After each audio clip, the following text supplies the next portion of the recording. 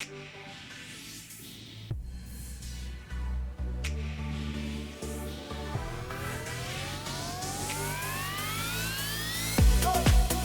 bonjour à tous, bonjour YouTube, bienvenue parmi nous. Nous sommes en direct sur Twitch, comme chaque semaine, et ça crie déjà Allo YouTube, et on s'est déjà dit bonjour tous ensemble. Alors vous voyez qu'il y a une petite date qui traîne par là, si jamais vous avez envie de venir voir, le 7 mai, on va faire un petit jeu en live avec des invités, et ça va être plutôt cool, mais ça, rien à voir, c'était un aparté.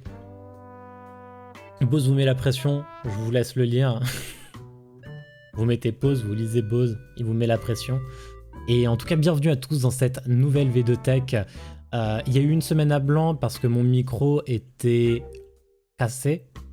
Et j'ai changé de câble et donc du coup le micro est en bonne forme à nouveau. Donc bienvenue dans cette V2 Tech qui est tout simplement composée de moi, Vedo, et qui est ensuite composée de ma bibliothèque qu'on voit vachement moins, mais elle est là, planquée là, de ma bibliothèque ou de vidéothèque que là vous ne voyez pas parce qu'en fait elle est devant moi.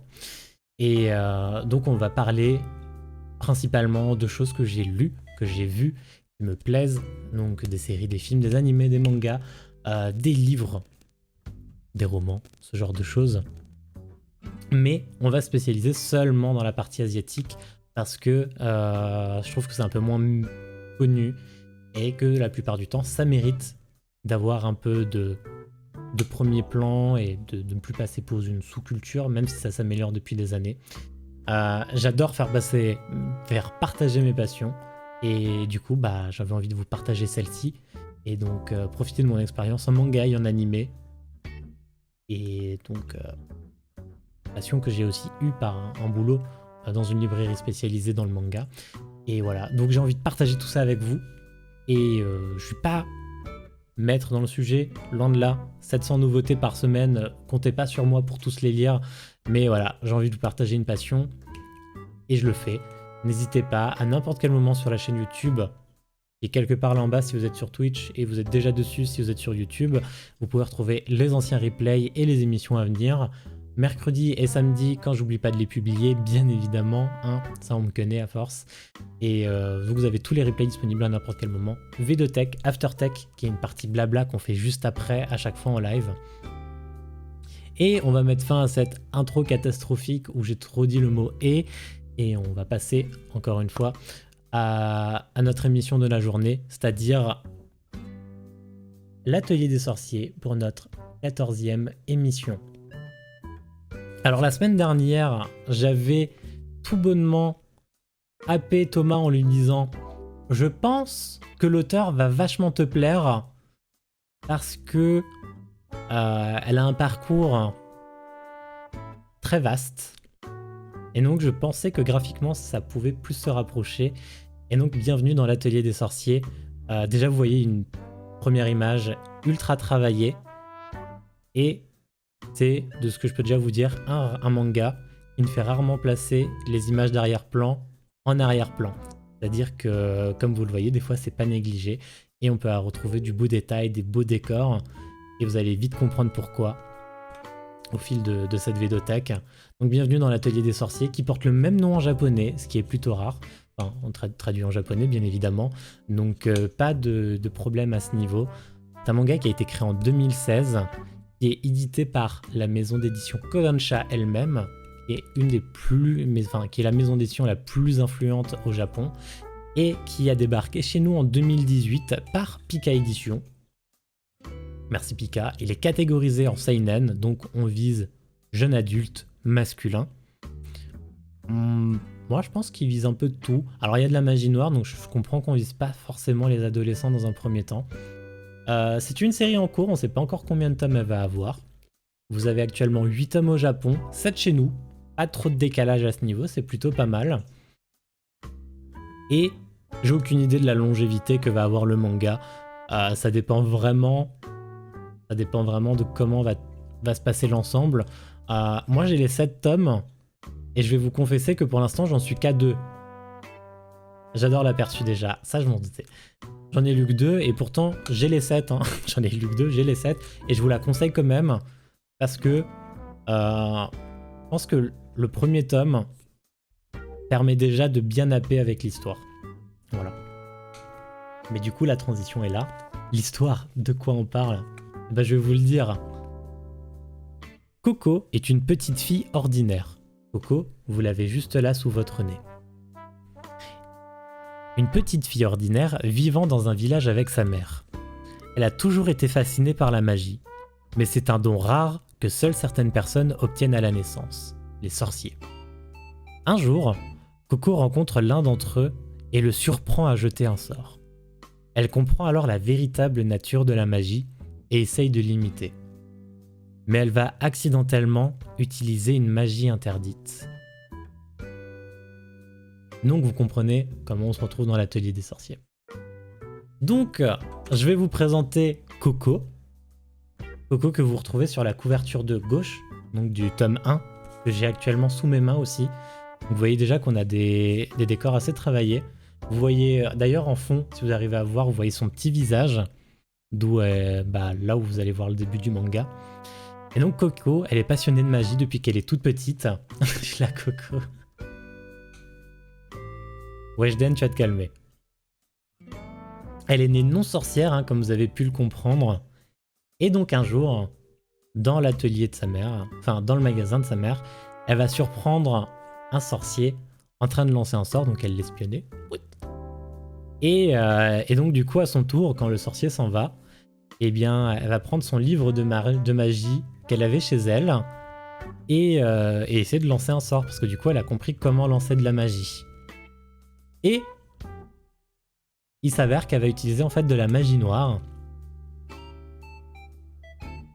et condamner sa mère. Elle va la pétrifier. Et donc, notre fameux sorcier, qui s'appelle Kifré, stress. C'est vrai que c'est la première fois que je le dis à haute voix, Kifré. C'est lui-même que vous voyez sur la couverture numéro 3. Et qui est le jeune sorcier qui s'est fait surprendre par Coco dans la boutique. Et qui a pris connaissance de la magie noire qui a été lancée, parce que vous doutez bien que ça a un effet assez puissant, la magie noire. Et retourne à la petite boutique, il était pas très loin, et constate les dégâts réalisés par Coco, qui était du coup désormais entre guillemets orpheline, vu qu'elle avait pétrifié sa mère, et il décide de prendre Coco en tant que disciple, et donc de rejoindre du coup son atelier, voilà, dont l'atelier des sorciers. Donc Coco va devenir l'apprenti de Kifré, et devenir une apprentie sorcière. Et Kifré, c'est un jeune sorcier, mais il a déjà, de son côté, des disciples que vous allez rencontrer au fil de l'aventure, très vite d'ailleurs, qui s'appellent Tétia, Trissé et Agathe. Elles ont toutes un caractère extrêmement différent. Tétia, elle est extrêmement joyeuse, elle déborde d'énergie, et elle est ultra bienveillante. Trissé, elle est plutôt froide.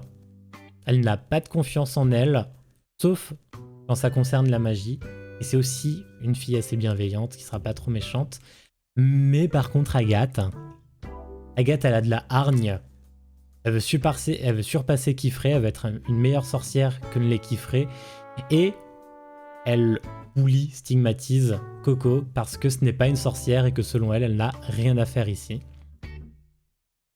Donc ça, c'est vraiment les personnages que vous allez directement rencontrer dès le tome 1. Et donc c'est à peu près la base de l'histoire, on va retrouver nos 5 personnages qu'on va voir le plus souvent possible.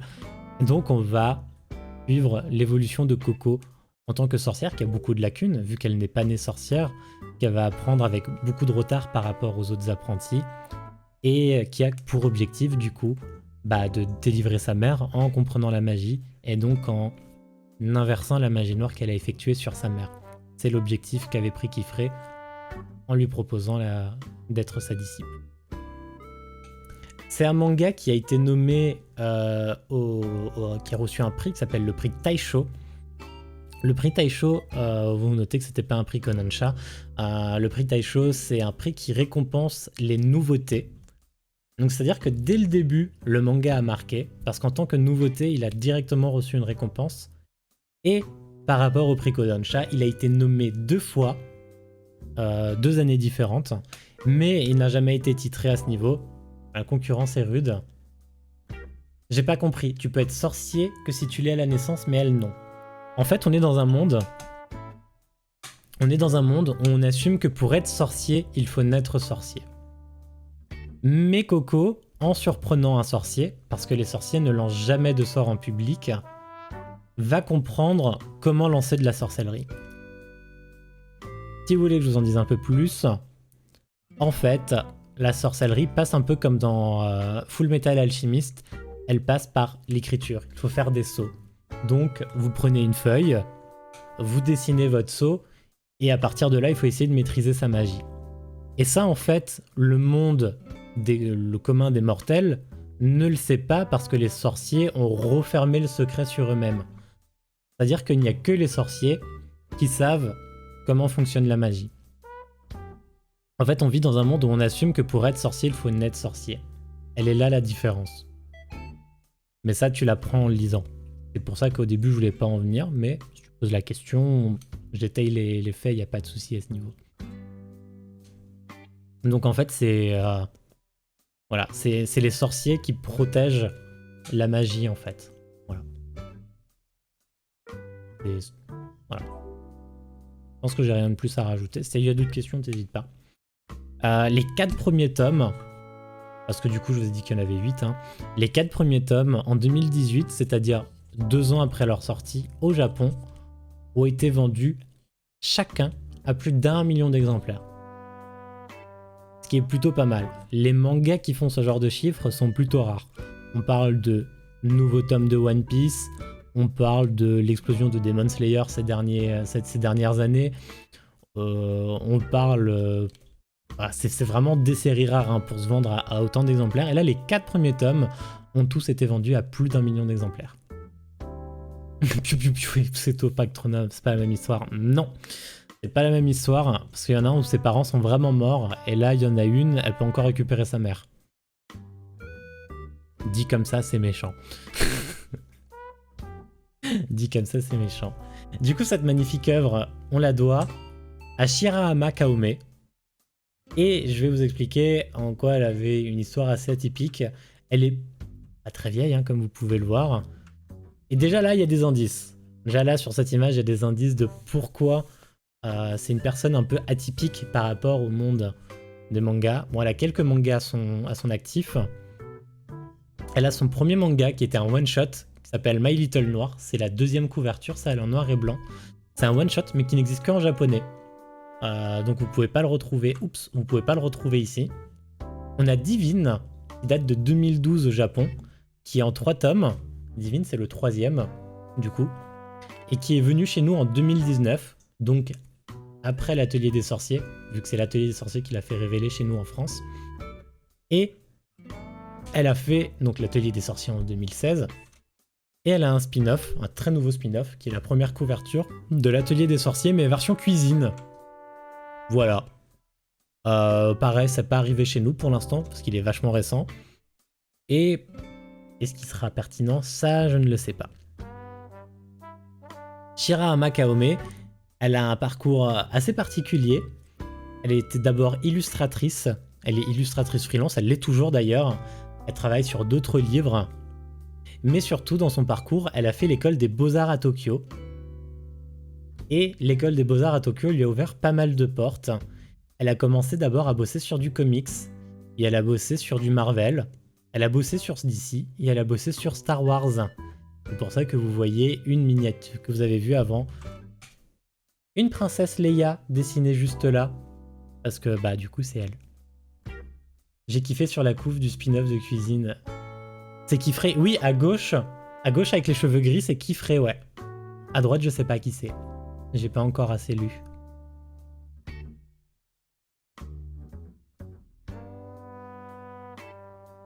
Et donc du coup, comme elle a bossé dans le comics et qu'elle a bossé sur plein d'autres trucs, et bah aujourd'hui elle fait des mangas, donc elle a de l'inspiration américaine, elle a de l'inspiration japonaise, Et à partir de ça, elle a encore 2 inspirations qu'elle aime beaucoup.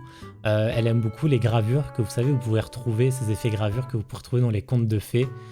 Et du coup aussi l'art de la décoration qu'elle aime beaucoup. Et elle se sert de tout ça pour créer ses mangas. Et donc ces mangas sont un condensé de tous les styles réunis à sa convenance. Ce qui fait que vous allez vous retrouver, c'est pour ça que c'est rare mais je l'illustre, vous allez retrouver avec des personnages qui vont être très détaillés, plus dans leur tenue. Vous allez avoir des décors ultra prenants. Généralement, vous ne retrouvez pas, comme ici, une image d'une route avec une montagne, un château aussi détaillé. Il y a souvent moins de détails, c'est souvent plus grossier. L'accent étant souvent mis sur les personnages. Et là, vous allez voir que le sac de transport de Kifrey est très travaillé, sa tenue, mais pourtant, il y a toujours l'accent sur son visage qui n'est pas négligé. Et sur l'image tout en bas à gauche, vous allez vous retrouver dans une sorte de chambre, une pièce. Vous allez voir qu'il y a de la tapisserie murale, plein de détails qui, en somme toute, sont inutiles, mais ça fait partie de l'énergie de Kamome, pardon, et de proposer autant de détails dans ses illustrations, ce que j'aime beaucoup, beaucoup. Et c'est vraiment très très beau à lire. Tous les tomes sont extrêmement travaillés. Vous voyez que même les couvertures, comme j'ai pu vous les montrer, sont extrêmement travaillées avec le verso.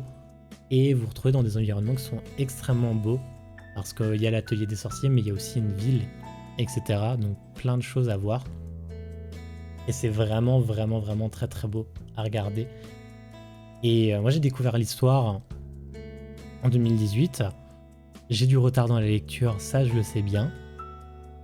Mais du coup, je les ai tous. J'ai prévu de les acheter, donc je vous parle pas d'un manga que j'ai pas prévu de lire, hein, parce que ça se fait pas. Et pour mettre le point sur le fait qu'elle aime beaucoup l'art, tous les tomes, sans exception, ont existé en collector.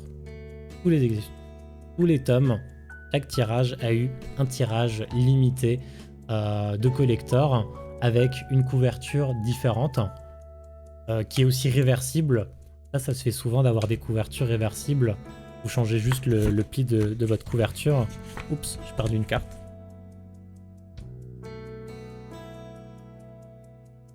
Et du coup, dans les collectors, il n'y a pas que la couverture qui est réversible parce que les spin-offs coûtent plus cher. Enfin, les collectors coûtent plus cher. Vous voyez, par exemple, ça, c'est une petite carte qu'il y avait à l'intérieur du nez avec le manga. Vous voyez, il n'y avait absolument aucune raison que cette carte existe.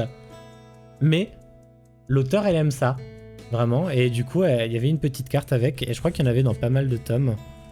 Il y a aussi, donc du coup, plein de goodies qui viennent avec. Il y a plein de suppléments dans le collector, selon les collectors. Bon, maintenant, c'est un peu plus dur de les trouver parce que c'est des tirages limités. Mais par exemple, avec le premier tome, il y avait une plume à écrire. Vous savez, à l'époque, on écrivait avec des plumes. Tellement agréable ce genre de petits détails supplémentaires. Vraiment, il y en a beaucoup. Et donc, du coup, chaque tirage limité comprenait des suppléments. Donc, il y avait une plume à écrire qui venait en goodies avec tous les premiers tomes, je crois, que recevaient les commerçants. Et par exemple, il y a des artbooks sur les personnages, sur les planches originelles, l'évolution du personnage et les décors. Ils ont fait aussi un jeu de cartes. Un jeu de cartes à l'image de la série L'Atelier des Sorciers, qui était extrêmement beau. Ça coûtait vachement plus cher l'achat du tome. Il y avait des carnets de notes qui venaient avec aussi. Chaque tome vous apportait vraiment un petit plus à côté, plus que juste j'ai un tome avec une jaquette réversible exclusive que les autres n'auront pas. Ou globalement, bon bah, ok, t'as ça, super. Mais vraiment, vous avez des petits objets d'à côté qui souvent peuvent être utilisés au quotidien. Un stylo en forme de plume, c'est plutôt stylé. Un artbook, ça se visionne parce que c'est sympa, c'est beau. Le carnet de notes, si vous aimez écrire, ça s'utilise toujours. Et ils font que ça, au fur et à mesure, ils rajoutent à chaque fois des goodies. Et comme dit, c'est sur chaque tome, littéralement.